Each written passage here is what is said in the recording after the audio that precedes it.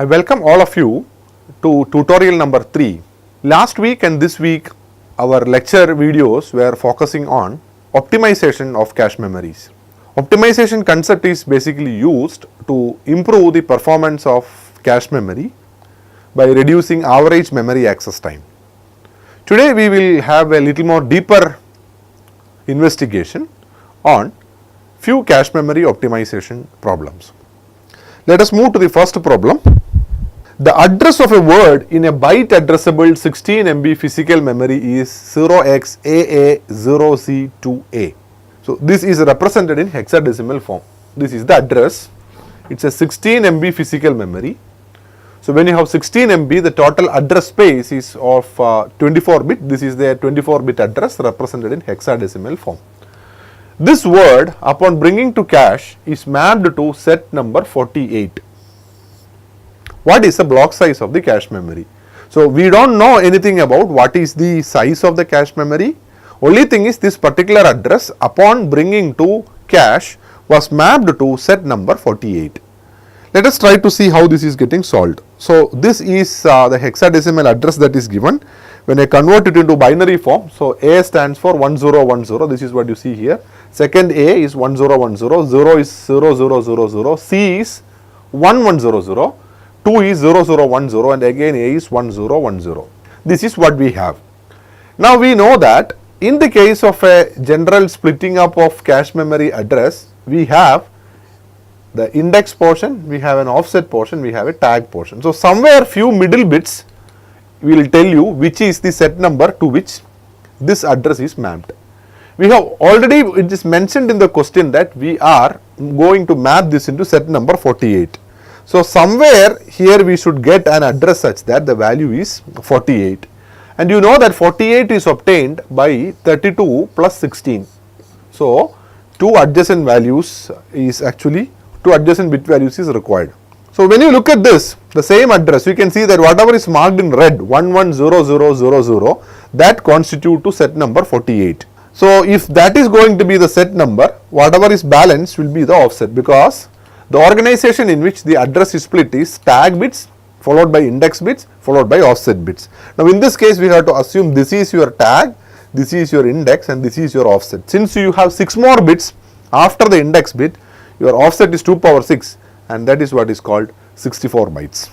So in these kind of questions, what we do is, once you get the address, from the address you look for a pattern.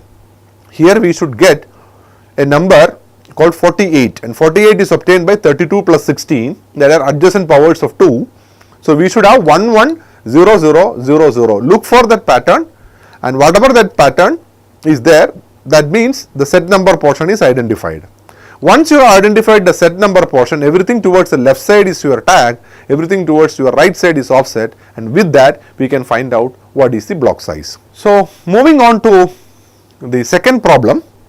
A cache has an access time of hit latency 10 nanosecond and a miss rate of 5%. An optimization was done so as to reduce the miss rate to 3%, but the hit latency was increased to 15 nanosecond. So here we have a scenario where a cache miss rate was reduced but the hit latency was increased. We know that average memory access time is defined by hit time plus miss rate into miss penalty. Under these circumstances, the question is all about whether this optimization will improve cache performance or not.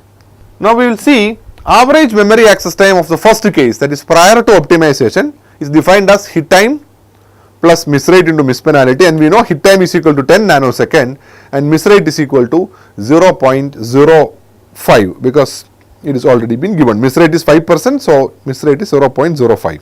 The second case, average memory access time of the optimization is defined as the new hit time, that is 15 nanosecond plus the new miss rate is 0.03 into the miss penalty. Now if you wanted to say that the optimization has improved the performance, then average memory access time of the second case should be less than average memory access time of the first one. So how will you solve this? So if you are going to write it as average memory access time of 2, that is 15 nanosecond plus 0.03 into the mispenalty, let's say we call it as m, should be less than 10 plus 0.05 m. If you try to solve this, you get as 15 minus 10, that is going to be 5, should be less than 0.02 m. So this is the inequality that you are going to get. So m value should be, it indicates that the mispenalty value should be greater than 250 nanosecond. So only under this context we can say that the average memory access time of the optimized cache is lower than the average memory access time prior to optimization case. To summarize this problem, we have given two scenarios. Cache number 1 has certain specific hit time and miss rate. Second cache has a different hit time and hit rate. And the question is, when can we say that second cache memory is better than the first cache memory? Performance of cache memory is basically assessed using average memory access time, which is hit time plus miss rate into mispenalty. So we try to find out an inequality which tells that average memory access time of the second cache is lower than the average memory access time of the first cache. Upon solving, we get a value for mispenalty. So the optimization will work if and only if the mispenalty is larger than 250 nanosecond. So that concludes problem number 2. Now we move on to problem number 3. If you look at problem number 3, we can see that cache has a hit rate of 90%, 64 byte block, cache hit latency of 5 nanosecond, main memory takes 150 nanosecond to return the first word, and here the word length is given as 32 bits, and 10 nanosecond for each subsequent word. So the question has two components. What is the miss latency of the cache? Okay, so if you look at what is the miss latency of the cache, first we have to find out. So here the miss latency is not given, some indications are given to compute it. It takes 150 nanosecond to return the first word and 10 nanosecond each for each subsequent word. We know that in the case of a cache memory we have a block concept. When you go to the next level, maybe to the main memory, we are going to bring a block of data, and this block of data cannot be brought in a single clock cycle. So it takes some amount of time to identify the first word and transfer it. Then it is word by word you are going to transfer. In the question it is mentioned that the first word is going to take 150 nanosecond, each subsequent word is going to take another 10 nanosecond each. Let us now find out what is the number of words per block. So when you look at the number of words per block, your block size is 64 bytes. And one word is actually 4 bytes because 32 bit is been given as a word length. So this shows that you can accommodate 16 words inside a block. Now if you look into the mispenalty component, out of the 16 word, the first word is going to take 150 nanosecond. Now you have another 15 more words, each of these 15 word will take 10 nanosecond each. So your mispenalty component is actually 300 nanosecond. So what is the miss latency of the cache? That is a question that is mentioned. So we are going to find out what is the mispenalty or miss latency, and this miss latency is dependent on number of words that you have. You have to find out the number of words. Your block size is 64 bytes. One word is 4 byte. So 64 byte divided by 4 byte, you will be getting 16 words. Now in the 16 word, first word will take 150 nanosecond. Each subsequent word will take 10 nanosecond each, which makes 150 plus 15 into 10, that is 300 nanosecond. Let us see what is the average memory access time in this case.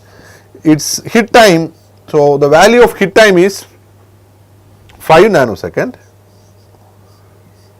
plus the miss rate is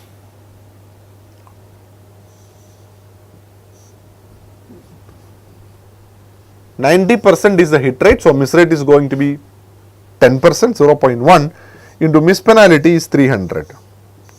So you will get a value 35. So average memory access time for the first case is 35 nanosecond. Why we compute average memory access time? Because second portion of the question is, if doubling the cache memory block size is going to reduce your miss rate to 3%, does it reduce average memory access time? So for first case, average memory access time is 35. Let us see what is the next case. So we have in case 1, our average memory access time is 35 nanosecond. Now in case 2, we are going to double the block size. So the number of words, so my block size is now 128 byte divided by 4 byte is 1 word. So you have now 32 words. Now when you take the miss penalty, out of 32 words, the first word is going to take 150 nanosecond, plus you have 31 more words, each word is going to take 10 more nanosecond each. So it is 150 plus 310, that is going to be 460. So 460 nanosecond is the miss penalty of the optimized cache. Now let us try to find out what is the average memory access time with this one. So average memory access time is to be defined as hit time. So the hit time value is same 5 plus miss rate has come down to 0.03 into 460, and this is going to give you 18.8 nanosecond. So with the optimization, so we can see that with the optimization, the average memory access time is 18.8 nanosecond, whereas the first case it was 35 nanosecond. So the question of if doubling the cache block size reduce miss rate to 3%, does it reduce average memory access time? The answer is yes. Now we move on to the fourth problem. For a cache that has a miss rate of 3% and a miss penalty of 500 cycles, in a program it was found that 50% of instructions are memory accesses. That's basically load and store. Find misses per 1000 instruction, or it is also known as MPKI. MPKI is a common measurement or a metric that is used in cache memory domain to express how many hits or miss are there in a cache. So it is based upon the number of programs, number of instructions that are executed, misses per kilo instruction. So for every 1000 instruction that I fetch, how many misses that is occurring.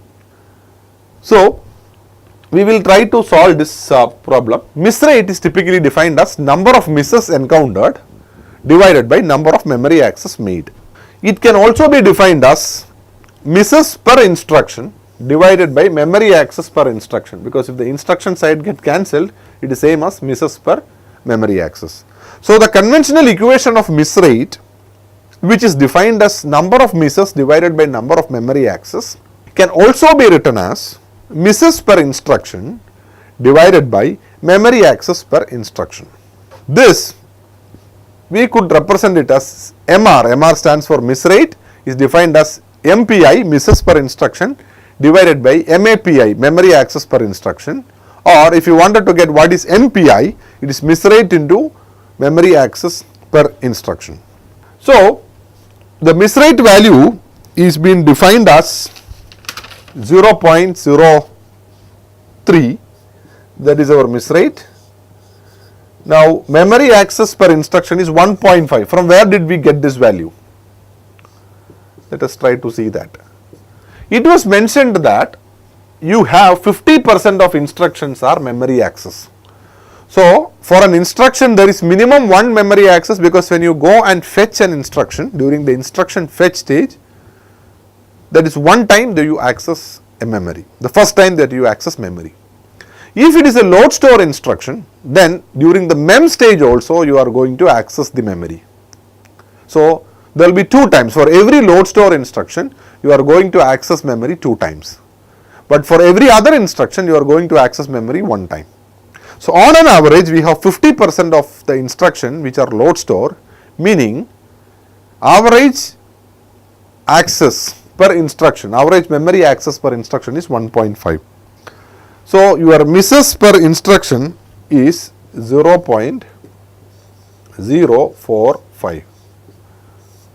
Now this is actually MPI.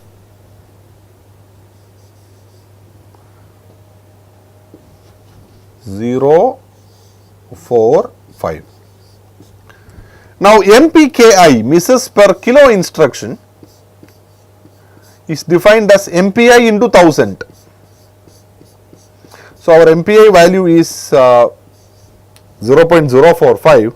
So MPKI is equal to 45. So MPKI is a new measurement, miss rate into memory access per instruction, that is called misses per kilo instruction. That is what we have obtained. Now the next portion is find memory stall cycles per miss. The memory stall cycles per miss is defined as miss rate into miss penalty, where miss rate is equal to 0.03 into miss penalty is equal to 500. So the memory stalls is 15. On an average, every miss will have 15 cycles of memory stall. So memory stalls is defined, memory stall cycles per miss. For every miss, you are going to have 15 cycles on an average, memory stalls per cycle. Next, we move on to the fifth problem. Consider a cache system with a miss rate of an I cache. So here this we have a separate cache, I and D cache is separate. Consider a cache system with a miss rate of I cache equal to 2% and D cache is equal to 4%. The processor CPI is equal to 2 without memory stalls and miss penalty. So these may be the stalls with hazards alone. Without any memory stalls or without any misses with respect to caches, you are going to have a CPI of 2. If you miss, then miss penalty is 100 cycles. Determine how much faster the processor would run if it is a perfect cache that never missed. Assume frequency of load and store is 36%. Now, in solving this question, you see that for an ideal processor, it is mentioned that CPI is equal to 2. Now, for your real processor, CPI is base CPI plus memory stalled CPI. Now, the stalled CPI, how many stalls you are going to incur? You can have stalls in the I cache during the instruction fetch state. You can have stalls in the D cache during the mem stage. So, stalled CPI is percentage use of I cache into stalls of the I cache plus percentage use of D cache into the stalls of D cache. Now, how will you find out what is the percentage of time you are going to use the I cache? So, I cache miss rate is 2%, D cache miss rate is 4% and miss penalty is going to be 100 cycles. It is mentioned that frequency of load store is 36%. Only when there is a load store, then only we are going to access the D cache. So, out of 100 instructions, 36 instructions are load store instruction, meaning they will have access to the data memory also. So, when you have 100 instructions, all these 100 instructions will go to I cache. Out of this 100 instructions, 36 of them will go to D cache. So, how many times you go to cache? 100 times to I cache, 36 times to D cache, together 136 times you are going to the cache. So, what is the percentage use? Out of the 136 times, 100 times I am going to I cache. So, 100 by 136 into what is the stall cycles? Miss rate into miss penalty, 0.02 into 100. This is the stalls from the I cache. And for D cache, how many times you go? You go only 36 times. Out of the 136 times, only 36 times we go to D cache. And the stalls that is coming over here is like this. Remember, we have to multiply the stalls with a weight factor equal to the percentage use of the corresponding cache. So, this is what you get. 1.47 will be the left side and the right side is 1.06, altogether making it as 2.53. So, the stall cycles is 2.53 and what is the actual CPI now? The base CPI of 2 plus 2.53. So, total we have 4.53 is the CPI of the real machine. So, what is the overall speed up that you are going to get? Speed up is defined as CPI with the modification. So, the speed up that you are going to get is 4.53 divided by the CPI of the ideal machine is 2. So, it is 2.265 times. So, the answer, the speed up is 2.265. So, in order to re-summarize this question, in the question the miss rate of I cache and D cache is given, what is the percentage of load store instruction is given. Percentage of load store instruction will really help us to find out what is the fraction of time that we are going to use D cache. If you have 36% of instructions which are load store, then in 100 instruction 36 instructions will be load store, means I go to D cache 36 times. So, out of 136 times that I go to cache, 100 times to I cache and 36 times to D cache, I can easily find out the fraction. So, that is the reason 100 by 136 is the fraction of time I go to I cache, 36 by 136 is the fraction of time that we go to D cache, and this is the miss rate into miss penalty component. So, upon solving we get stalls as 2.53, our ideal case is 2, so 2 plus 2.53, 4.53 is the stall, and if you look at the speed up, it is 4.53, that is the CPI of the real machine divided by 2, that is the CPI of the ideal machine.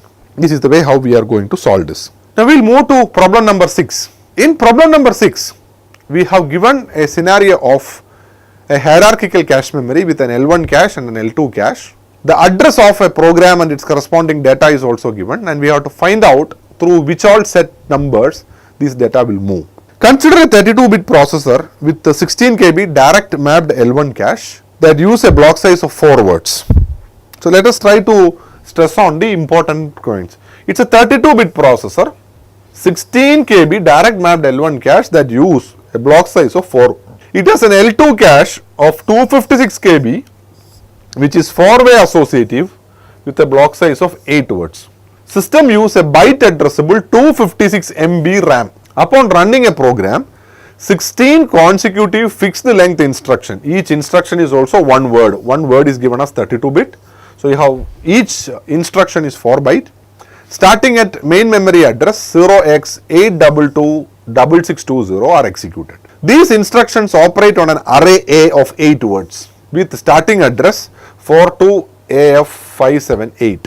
Assuming caches are initially empty, indicate the non-empty sets on L1 cache and L2 cache after the execution. Let us try to summarize what is given in the question. You have a processor whose word length is 4 bytes, 32-bit. Now, you have two levels of cache, L1 cache and L2 cache. Now, L1 cache has a capacity of 4 words, L2 cache has a capacity of 8 words. L1 cache is directly mapped, it is 16 KB, L2 cache is 256 KB, it is 4-way associative. The main memory system has 256 MB RAM. So, that means physical address is 28-bit, 256 MB is 2 power 28. Now, upon running program, you are telling that there are 16 instructions that are fetched. From where it is fetched, an address is given. So, if you split the address into tag, index and offset, you know where this is getting mapped.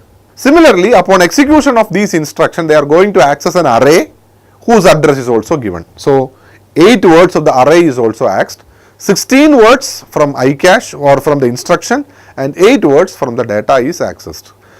Initially, since the cache is empty, first they are brought to L2, then they are brought to L1. After the program is done, we have to find out which are the places or set numbers in these respective caches. So, this is what is being given. It is a 32-bit processor, one word is 4 bytes, 256 MB RAM, so that means it is 28-bit address. So, these are the data that is given. Now, L1 cache is directly mapped, it is 16 KB, directly mapped with the block size of 4 words. So, when you have block size of 4 words into each of the word is 4 byte, that gives you my block size as 16 bytes. Now, let us find out what is the number of sets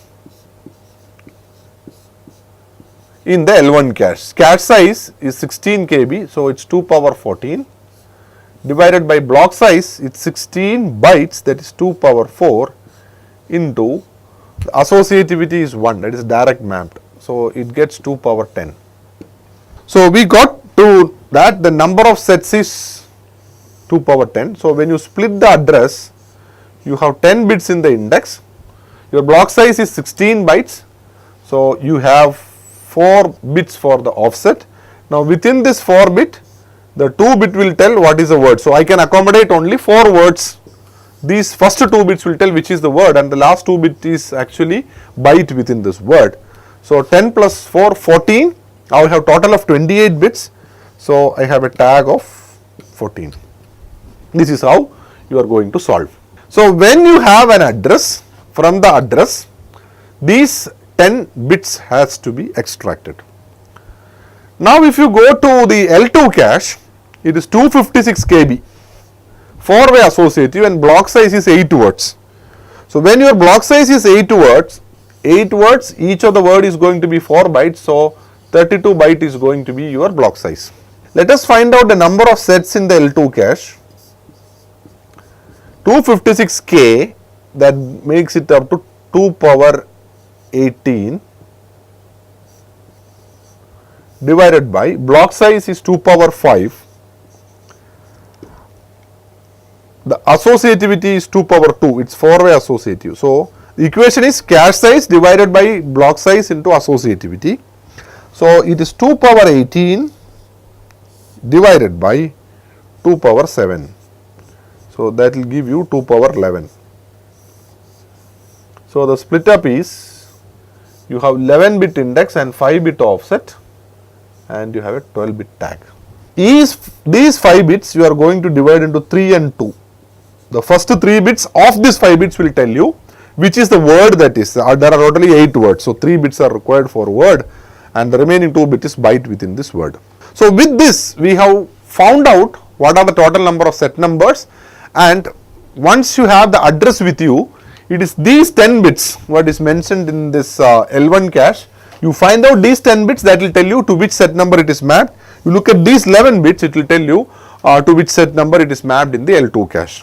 Now instruction 0x8226620, 16 consecutive fixed length instruction, each is one word, and this is what is your data.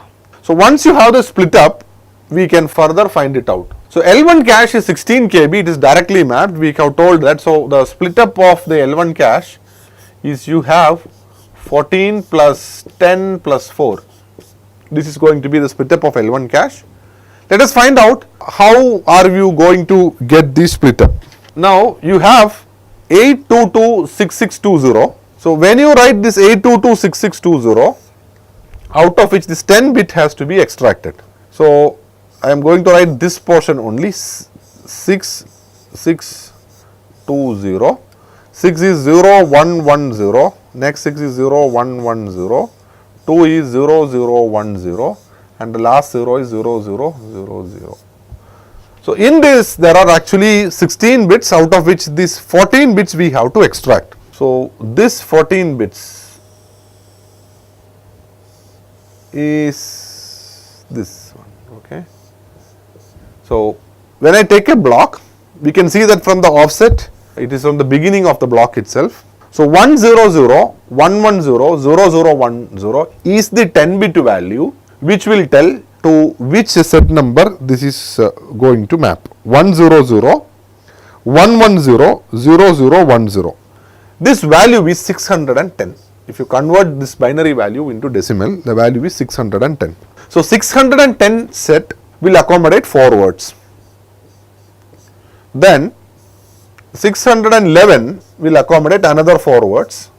612 will accommodate the next 4 words, and 613 will accommodate the next 4 words. So together I have now 16 words that are getting accessed. So 610 to 613, these 4 set numbers of your L1 cache will be occupied upon successfully bringing 16 instruction words from the location 0x8226620. Now if you look at the data portion, this is the data. You are going to bring 8 words. So let us look into the data, last 5 portion, F5, F8. F is 1111, 5 is 0101, 1111, 8 is 1000. Now let us try to extract these 10 bits. These are the 10 bits 110101 followed by 4 more ones, and this indicates the value 863. So set number 863 can actually accommodate 4 words, but this is not starting from the beginning. If you do the split up again, this is actually word number 2. So you have total of 4 words, word 0 whose offset will be 00, these 2 bits, then 01 will be word number 1, 10 is word number 2 and 11 is word number 3.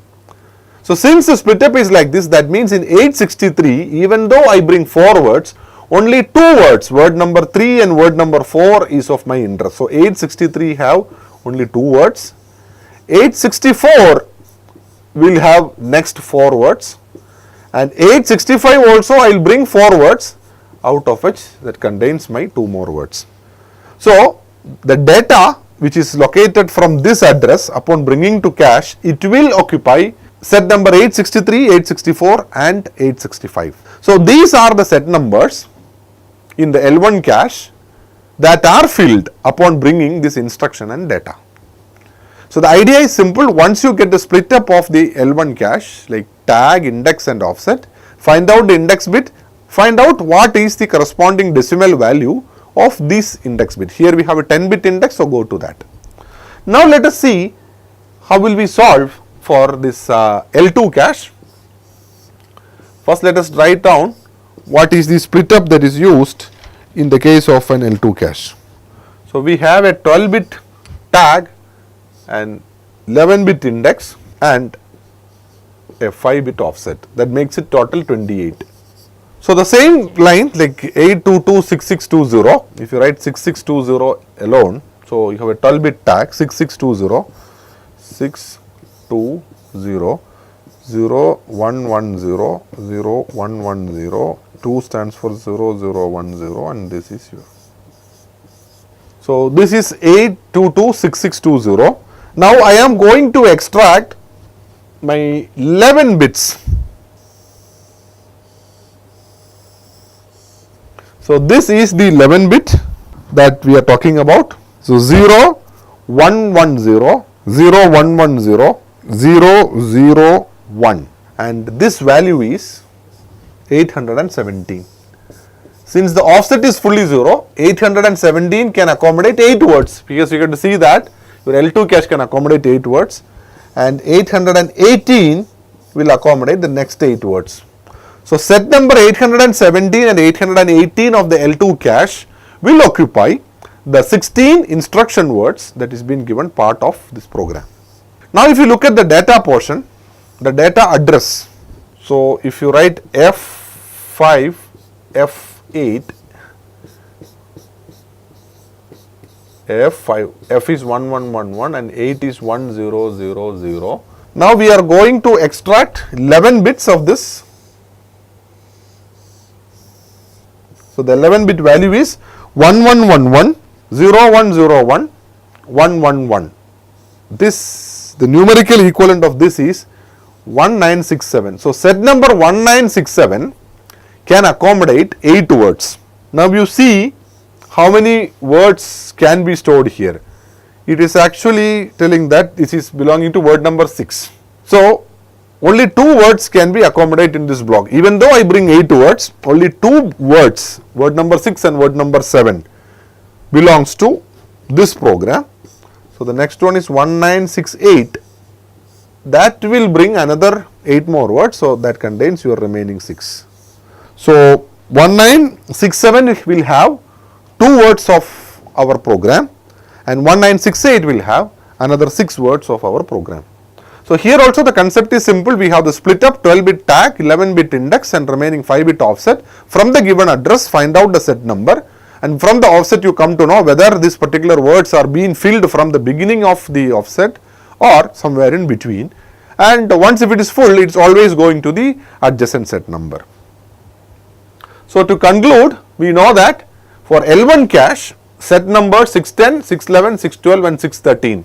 These carry 4 words each. So we have total of 4 sets, and so your 16 instructions are located in set number 610, 11, 12 and 13. Each of the set has 4 words. and your data is located in set number 863, which has 2 of your words. Even though it has 4 words, only 2 words is relevant to you. 864 has 6 words and 865 has another 2 words. So 8 words, 8 data words of that belonging to array A is located in set numbers 863, 864 and 865. And for L2 cache, we can see that it's set numbers 817 and 818 that are being used. And sets 1967 and 1968 is the unused or the one that are filled in the L2 cache. So this problem gave a comprehensive treatment on when you move data and instruction across cache hierarchy, which are the set numbers that are getting affected.